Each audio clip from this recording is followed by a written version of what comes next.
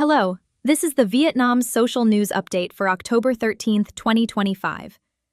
Date of news coverage, October 13th, 2025. Politics.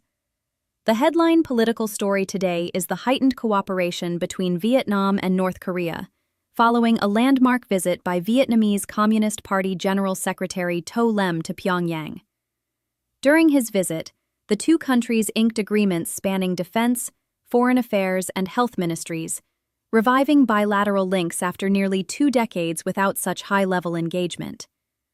The visit also coincided with celebrations marking the 80th anniversary of the Workers' Party of Korea, lending symbolic weight to the agreements. This diplomatic move signals Hanoi's continued ambition to maintain strategic autonomy, engaging across ideological lines while ensuring it is not locked into any single bloc. Observers see it as an attempt to preserve relevance amid intensifying regional tensions, especially as Vietnam balances between major powers. Domestically, internal party and administrative reforms remain front and center.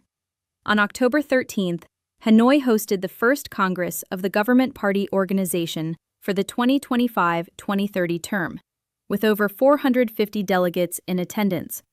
The focus is on enforcing party oversight, institutional transparency, and efficiency in governance. The leadership is keen to project that political renewal, not just diplomatic outreach, will sustain legitimacy during uncertain times. Economy. Now, let's move to the economy. Vietnam's economic data for the third quarter delivered a strong showing. GDP grew by 8.22 to 8.23% year-on-year, despite the drag from U.S. tariffs introduced in August. Exports to the U.S. slipped, especially in labor-intensive sectors, but gains in electronics, chemicals, and coffee helped cushion the blow. Retail sales, industrial output, and foreign direct investment all posted solid growth, undergirding the government's optimism for achieving its full-year growth target. But risks abound. In September alone, footwear exports to the U.S. plunged 27%. Textiles declined about 20%, and electronics shipments also weakened. These steep declines reflect how vulnerable segments of Vietnam's export base remain to external shocks. The government is now under pressure to accelerate trade diversification, support export sectors in distress, and maintain robust macroprudential policies. Boosting investor sentiment has been the recent announcement by FTSE Russell to upgrade Vietnam's status from frontier to secondary emerging market, pending review. The move is expected to attract between $3.5 and $6 billion in new capital inflows, reinforcing confidence in Vietnam's financial reforms and capital market infrastructure. For Vietnam, sustaining this momentum will require stricter regulatory discipline, improved transparency, and better investor protections. Society and culture. Next, in society and culture, Vietnam continues to suffer from severe weather and its aftermath. In late September, Typhoon Bualoi inflicted widespread destruction across central and northern provinces, damaging or inundating some 170,000 homes and causing property losses estimated at 8 trillion dong. The storm killed dozens and left tens of thousands in need of relief. The government recently allocated rice, tents, life jackets, and other supplies to flood-hit provinces like Chao Bang and Lang Son in the north to help communities recover. In the cultural media space, Vietnam is stepping up its international branding push.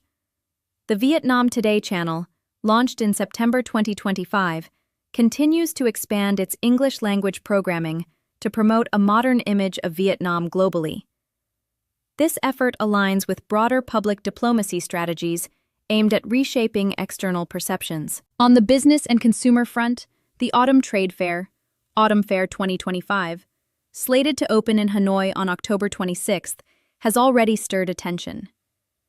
Officials are demanding higher quality controls, insisting that displayed products meet outstanding standards to reflect Vietnam's aspirations in global trade and branding. International relations.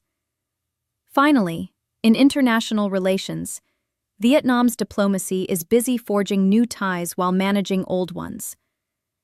The North Korea cooperation agreements are only the latest signal of Hanoi's intent to remain engaged across a wide spectrum.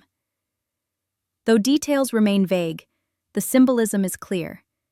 Vietnam wants to be perceived as an active actor in regional security dynamics, not just a passive follower. Elsewhere in Southeast Asia, Vietnam is deepening its regional footprint.